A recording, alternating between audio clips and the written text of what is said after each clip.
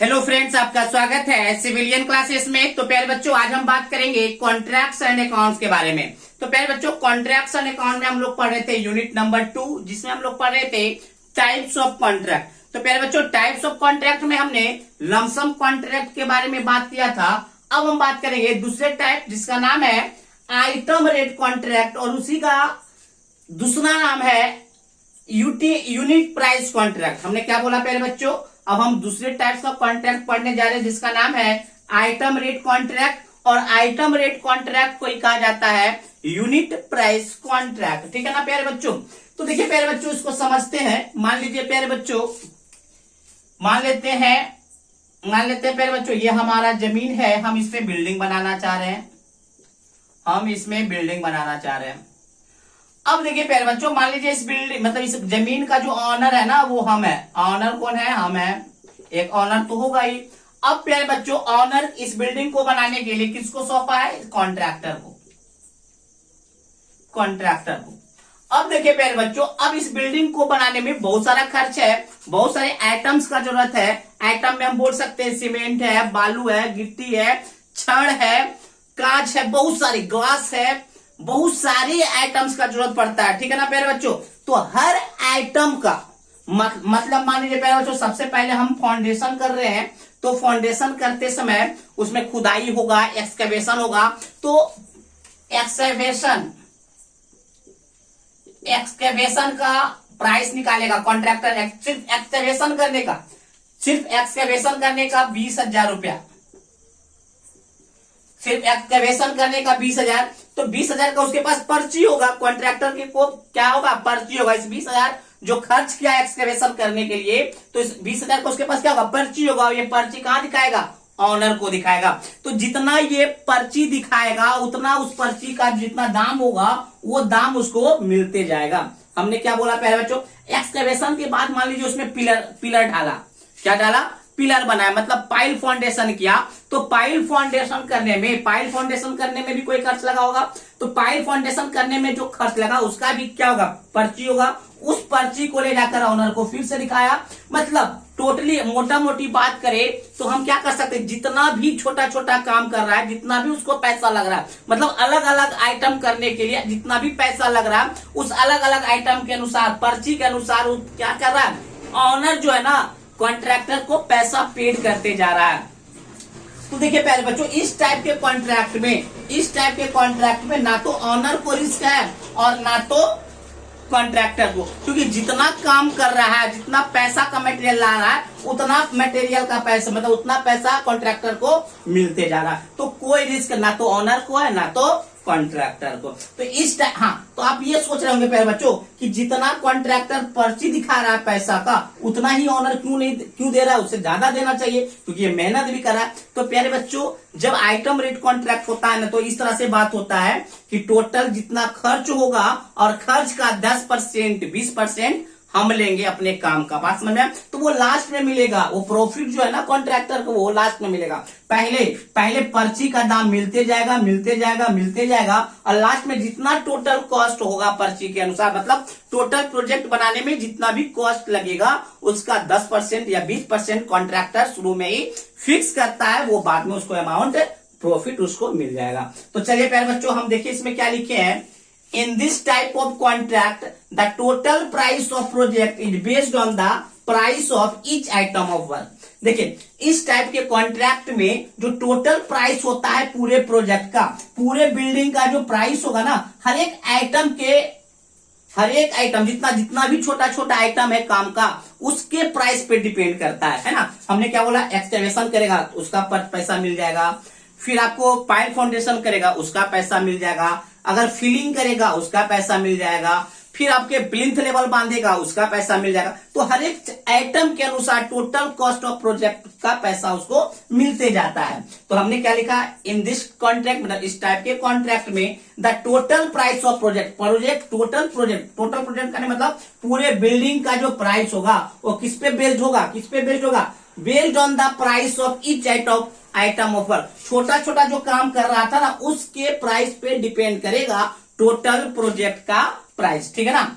The contractor is paid at the rate of item. Contractor को जो पैसा paid होता है ऑनर के द्वारा वो किसके किसके पर मिलता है? रेट ऑफ आइटम, मतलब कितना आइटम वो काम किया है उस आइटम मतलब जितना काम किया गया है उतने काम के अनुसार उसको पैसा दिया जाता है, जो कि specified in the bill of quantity.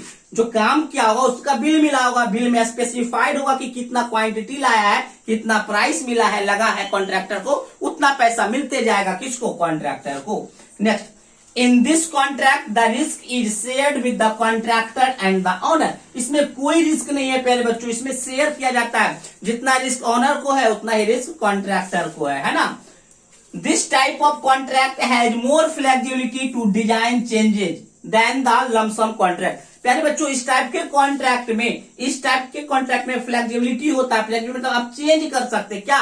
Design and specification को आप बीच में भी चेंज कर सकते हैं देन लमसम को, मतलब लमसम कॉन्ट्रैक्ट के रिस्पेक्ट में लमसम कॉन्ट्रैक्ट में चेंजिंग करना बहुत ही मुश्किल होता था, जबकि आइटम रेट कॉन्ट्रैक्ट में आप चेंज कर सकते। क्यों? क्योंकि प्यारे बच्चों हर काम का पैसा मिल रहा है, हर काम का, क्यों नहीं हम बीच में चेंज कर सकते? लेकिन लमसम कॉन्ट्रैक्ट में क्या हो रहा था प्यारे बच्चों? पूरे प्रोजेक्ट का दाम एक बार लगा दिया गया था। यहाँ पे हर आइटम मतलब जो किया गया काम जा रहा है, जो काम किया जा रहा है उसके अनुसार पैसा मिल रहा है, तो आप बीच में भी डिजाइन और स्पेसिफिकेशन को चेंज कर सकते हैं।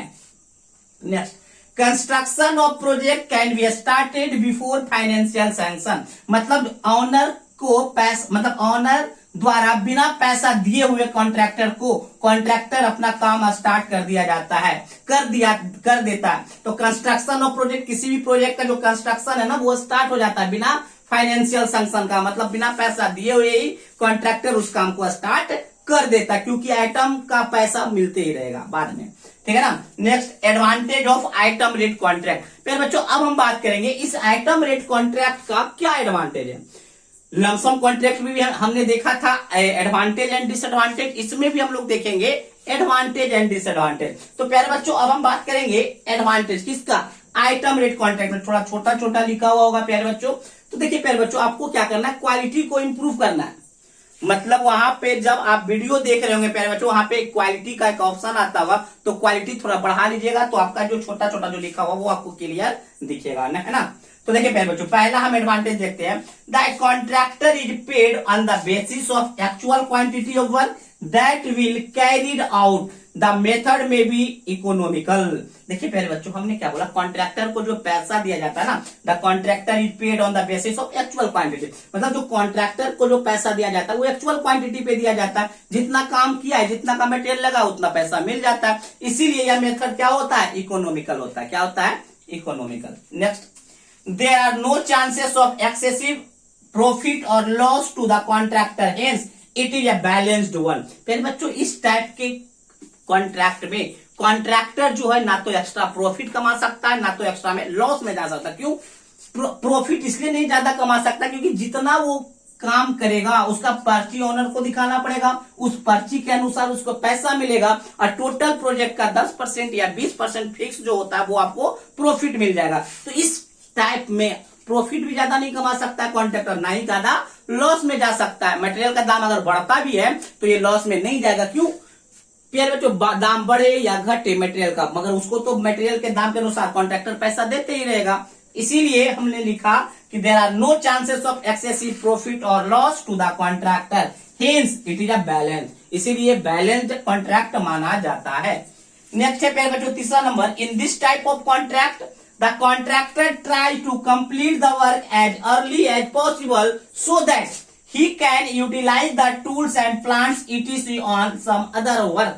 प्यारे बच्चों इस टाइप के कॉन्ट्रैक्ट में जो कॉन्ट्रैक्टर होता है वो अपने प्रोजेक्ट को जल्द से जल्द कंप्लीट करने का कोशिश करता है। क्योंकि प्यारे बच्चों कॉन्ट्रैक्टर का बहुत सारा टूल्स लगा हुआ होता है, बहुत सारा प्लांट्स। टूल्स करने का मतलब क्या होता है? ट्रैक्टर, ट्रक या बहुत सारा डंपर, जेसीबी, बहुत सारा टूल्स एंड प्लांट्स लगा हुआ रहता है काम करने के लिए। तो वो जितना जल्दी काम करेगा उतना जल्दी उसका जो टूल्स और प्लांट फ्री होगा और उस टूल्स एंड प्लांट्स को दूसरे प्रोजेक्ट में यूज करेगा, यूटिलाइज करेगा। इसीलिए इस टाइप के कॉन्ट्रैक्ट में कॉन्ट्रैक्टर जल्द से जल्द काम करने का कोशिश करता है। Next, changes the design and specification is easy. प्यारे बच्चों हमने पहले ही बता चुका, इस टाइप के कॉन्ट्रैक्ट में प्रोजेक्ट का डिजाइन और स्पेसिफिकेशन बीच में भी आप चेंज कर सकते हैं, वो आसान होता है। There is no risk hence quality of work is assured. प्यारे बच्चों हमने क्या बोला, इस टाइप के कॉन्ट्रैक्ट में कोई रिस्क नहीं होता, ना तो ऑनर को होता है ना तो आपका कॉन्ट्रैक्टर का होता है। तो आप क्या कर सकते हैं, क्वालिटी को इंप्रूव कर सकते हैं, किसी को रिस्क नहीं है प्यारे बच्चों, क्वालिटी को आप इंप्रूव कर सकते हैं। तो ये हमने देखा कि what is the item rate contract, और दूसरा हमने देखा advantage of item rate contract. तो प्यारे बच्चों हम ये जानना चाहते हैं इसका डिसएडवांटेज क्या है, ठीक है ना। तो चलिए पहले आप इसको नोट डाउन कीजिए, उसके बाद हम लोग देखेंगे डिसएडवांटेज।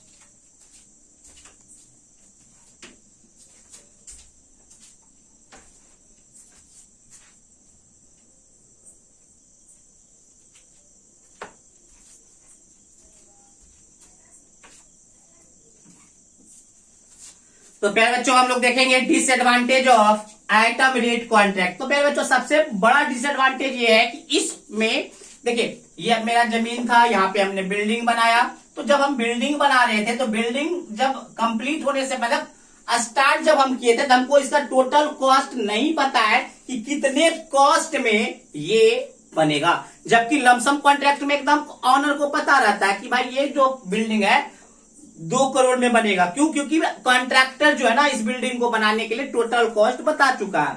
जबकि इसमें क्या होता है, हर आइटम पे आपको पैसा मिल रहा है, मतलब जैसा मटेरियल वैसा पैसा आपको मिलते जा रहा है, अकॉर्डिंग टू बिल आपको पैसा मिलते जा रहा है। तो स्टार्ट जब हम करते हैं इस प्रोजेक्ट को तो आपको पता नहीं होता है कि इसका टोटल कॉस्ट कितना जाएगा। सबसे बड़ा डिसएडवांटेज ये है प्यारे बच्चों। दूसरा, अब देखिए कॉन्ट्रैक्टर को एंड ऑनर को दोनों को एक एक्स्ट्रा स्टाफ रखने की जरूरत पड़ेगा। किस लिए? ऑनर को रखने की जरूरत पड़ेगा ताकि वो बिल को अच्छे से मेंटेन कर सके और बिल का मतलब क्वांटिटी को अच्छे से मेजर कर सके, ताकि उस क्वांटिटी उस बिल उस मेजरमेंट के अनुसार ऑनर से वो पैसा ले सके। बट ऑनर को भी रखना पड़ेगा एक्स्ट्रा स्टाफ ताकि वो ये मेजर कर सके कि जितना कॉन्ट्रैक्टर बोला है कि हम 10 बोरा सीमेंट लाए हैं तो वो 10 बोरा लाया है सीमेंट की नहीं, उसको देखने के लिए भी एक्स्ट्रा स्टाफ रखने का जरूरत पड़ता है। देखिए इसका डिसएडवांटेज ये भी है प्यारे बच्चों कि ऑनर को और कॉन्ट्रैक्टर दोनों को एक्स्ट्रा स्टाफ को अपॉइंट करना होगा, रखना होगा, ताकि वो अच्छे से बिल को और सामान को मेजर कर सके। तो दूसरा हमने यही लिखा, both owner and contractor to appoint staff को रखने का जरूरत पड़ेगा। किस लिए भाई?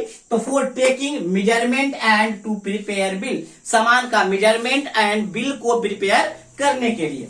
Next, payment is to contract given to contractor as per measurement, thus workload on the contractor is considerably increased। प्यारे बच्चों कॉन्ट्रैक्टर को जो पैसा दिया जाता है वो बिल के अनुसार दिया जाता है। कॉन्ट्रैक्टर को जो पैसा दिया जाता है वो बिल के अनुसार दिया जाता है, इसीलिए कॉन्ट्रैक्टर पर वर्कलोड ज्यादा होता है। क्यों? एक बिल अगर छूट गया ना, एक बिल भी छूट गया तो हजारों और लाखों का नुकसान हो सकता है कॉन्ट्रैक्टर को। इसीलिए पेमेंट जो दिया जाता है कॉन्ट्रैक्टर को वो बिल के अनुसार दिया जाता है, इसीलिए कॉन्ट्रैक्टर के ऊपर वर्कलोड ज्यादा होता है। तो प्यारे बच्चों ये हमारा था disadvantage of item rate contract. तो प्यारे बच्चों आज हमने पढ़ा आइटम रेट कॉन्ट्रैक्ट के बारे में। अगले टाइप्स ऑफ कॉन्ट्रैक्ट को अगले लेक्चर में पढ़ेंगे। तो आज के लिए बस इतना ही। Thank you.